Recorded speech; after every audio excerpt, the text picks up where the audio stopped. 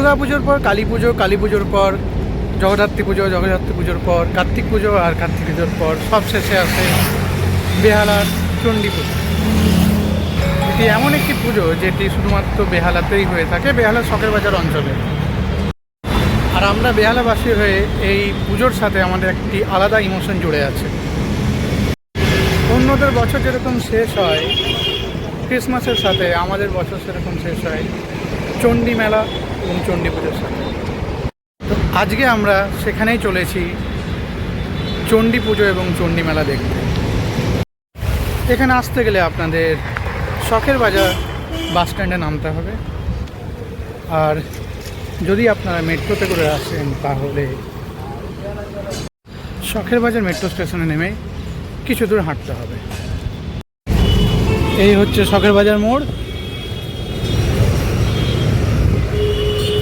আপনারা তারাতলার দিক থেকে এলে ওই দিকটাতে আপনাদের নামাবে, আর ঠাকুরপুকুরের দিক থেকে এলে এই দিকটাতে।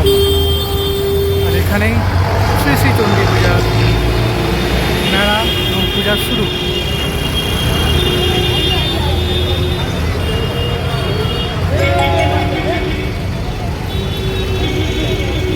তো চলুন আমরা মেলার দিকে এগোতে স্টার্ট করি। এই দিকটা করে এগোলে আমরা মেলার দিকে যাব।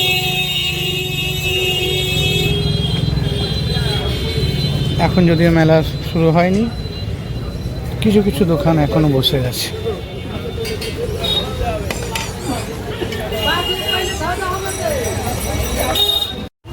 এই মেলাটি 233 বছরে পদার্পণ করল। শ্রী শ্রী চণ্ডী পূজার একটি ইতিহাস আছে। কিংবদন্তি অনুসারে দেবী চণ্ডী শ্রাবণ রায়চৌধুরী পরিবারের মহেশচন্দ্র রায়চৌধুরীর কাছে স্বপ্নে আবির্ভূত হয়েছিলেন এবং তাকে স্থানীয় একটি পুকুর থেকে একটি অষ্টধাতুর কলসি উদ্ধার করার নির্দেশ দিয়েছিলেন। যখন এটি করা হয়েছিল তখন একটি বড় অষ্টধাতুর কলসি পাওয়া যায় এবং মহেশ বলেছিলেন যে এটি দেবীর স্বপ্নে বলা সব সত্য। কলসিতে পরানো হয় বেনারসি শাড়ি এবং তার উপরে রাখা আছে সিঁদুর লাগানো শীষ ডাব।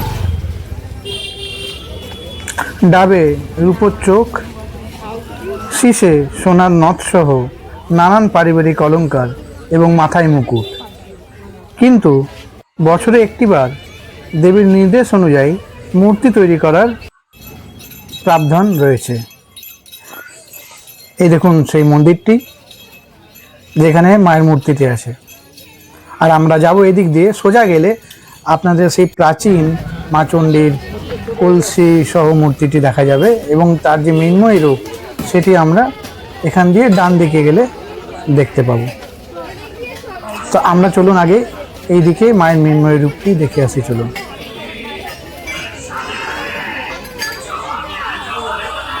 এই দিকটায় সেই বাড়িটি যেখানে সেই কলসিটি রাখা আছে এবং ডান দিকে পুকুরটি আছে, যেটি আপনাদের একটু পরে আমি দেখাবো।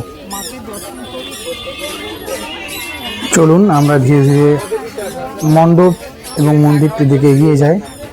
পাশে নানা রকম মেলার সামগ্রী এবং নানা রকম ছবি, ফুল ইত্যাদি বিক্রি হচ্ছে। আপনারা এখান থেকে কেনাকাটা তো অবশ্যই করতে পারেন। এই দেখুন সেই মণ্ডপটি যেখানে মায়ের মৃন্ময় রূপ আছে।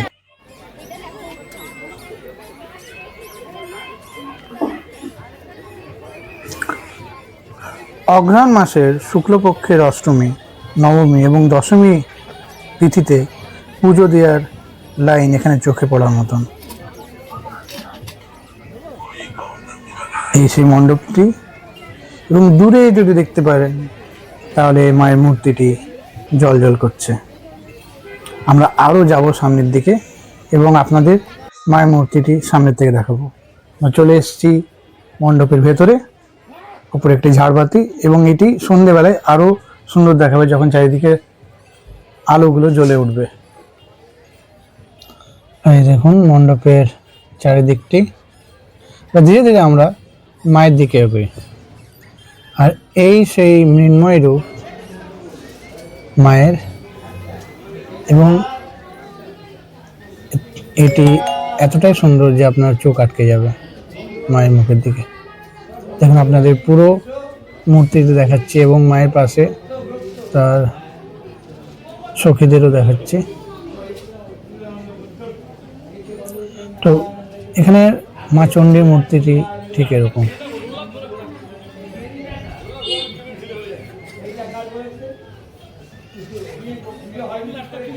শিল্পীরা দেবীর মৃন্ময় বিগ্রহ খুব নিষ্ঠা ভরে তৈরি করেন। মূর্তি তৈরির আগে চণ্ডী পুকুরে স্নান করে বিগ্রহের একটি কাঠ নিয়ে শ্রাবণ রায়চৌধুরীদের প্রতিষ্ঠিত মঙ্গলচণ্ডীর কাছে পুজো দিয়ে আসেন। সেই কাঠটি পুজোর আগে অবধি চণ্ডী বাড়িতেই পূজিত হয়। অষ্টমীর দিন ভোরবেলায় রায়চৌধুরী পরিবারের সদস্য সেই কাঠ এবং পরিবারের প্রাচীন শালগ্রাম শিলা নিয়ে মূল মন্দিরে গেলে তবেই পুজো শুরু হয়।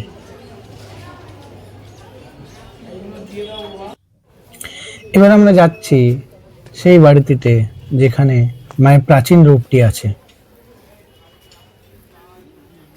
এখানে দেখতে পাচ্ছেন এই সেই বাড়িটি এবং এটি খুবই প্রাচীন বাড়ি। ভেতরে ঢুকলেই বোঝা যাবে কতটা প্রাচীন। আর দেখুন আপনাদের এখানে দেখা এই পুজোটি 300 বছর আগেকার। দেখতে পাচ্ছেন 300 বছর আগে স্বপ্নদেশে চণ্ডীপুকুর থেকে পাওয়া মা চণ্ডীর অষ্টধাতুর পুজোর ঘট চণ্ডী বাড়ি ঠাকুর ঘরে নিত্যদিন পূজা করা হয়। বাঁদিকেরটি ঠাকুর ঘর এবং ডান দিকে যে পুকুরটি আপনাকে দেখাচ্ছি সেটি হচ্ছে সেই চণ্ডী পুকুর। এটি হচ্ছে সেই পুকুর যেখান থেকে ওই কলসটি ওই ঘরটি পাওয়া গেছিল, যেটি এখন পুজো করা হয়। এবার আমরা যাচ্ছি ঠাকুর ঘরের ভেতরে। চলুন আমরা ধীরে ধীরে ঢুকছি। দেখতেই পাচ্ছেন ঘরটি দেখে বোঝা যাচ্ছে কত দিনের পুরনো। সব থেকে যে দেখার ব্যাপার হলো এই সিঁড়িগুলোর ডিজাইন দেখেই বুঝতে পারবেন যে এটি প্রায় 300 বছর আগেকার বাড়ি। এরকম সিঁড়ি আজকাল কিন্তু কোনো বাড়িতেই দেখা যায় না, এবং দেখা গেলেও সেটি খুব পুরনো। দেখছেন সিঁড়িগুলো কেমন। এই প্রাচীন সিঁড়িগুলি দিয়েই আমরা উপরে উঠছি, যেখানে মা চণ্ডীকে রাখা আছে, মা চণ্ডীর পুজো করা হয়।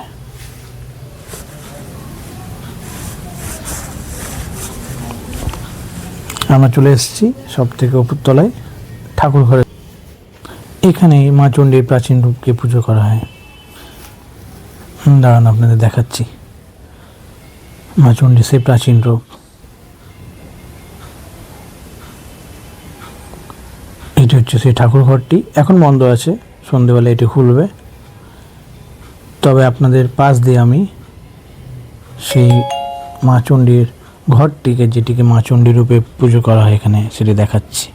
এই দেখুন সেই উপরে শেষটা মুকুট, রূপোর চোখ, আর নিচে আছে কলসটি যেটি ফুলে ঢাকা। এটি হচ্ছে মায়ের সেই প্রাচীন রূপ। চলুন আমরা এবার নিচের দিকে যাচ্ছি। এই দেখুন সেই সিঁড়িগুলো যেগুলো বলছিলাম, ঘরের আর্কিটেকচার, সিঁড়ি, এগুলো দেখেই বোঝা যায় যে এই ঘরটি কত প্রাচীন, এবং এরকম একটি ঘরে প্রবেশ করা একটি আলাদা এক্সপিরিয়েন্স।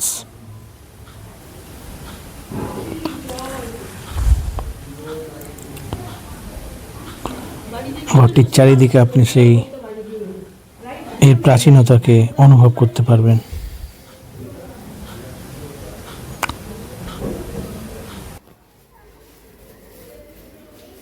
চলুন আমরা নিচের দিকে আর একটু একটু করে নামি। খুব সাবধানে সিঁড়িগুলো যেতে হয়, কারণ একটু পায়ে দিক ওদিক হয়ে গেলে কিন্তু পড়ার সম্ভাবনা অনেক বেশি।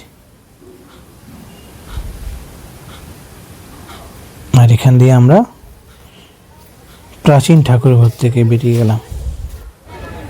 এবার আমরা চলে এসেছি আবার মেলায়, চণ্ডী মেলার ভেতরে। এখানে নানা রকম বিভিন্ন রকম সামগ্রী বিক্রি করা হচ্ছে।